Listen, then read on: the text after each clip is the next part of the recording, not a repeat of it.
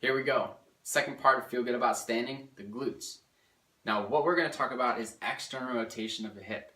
So go ahead and stick your foot out in front of yourself like the hokey pokey. Turn it all the way out. You might feel a tightening sensation in the side of your hip.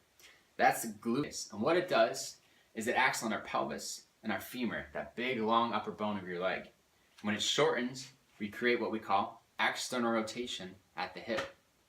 Now if you go back to your tripod stance, which we learned about in the previous video, create that tripod stance, and now that external rotation through the hip, you should feel a torque sensation go from the hip all the way to the ground.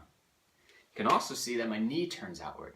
Well, we learned before that if I have stability in a tripod stance through my foot, that knee is going to become a puppet and go where the puppeteer, the hip, tells it to, whether that's internal or external rotation.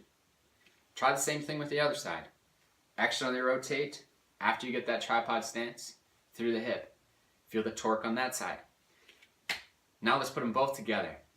Tripod stance, external rotation through the hip. You should already feel your glutes activated. So we have the first two components of Feel Good About Standing, feet and glutes.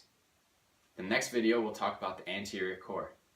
But side note, how much torque should you have through the ground? A lot of my clients will get stuck turning this all the way on, which just isn't feasible.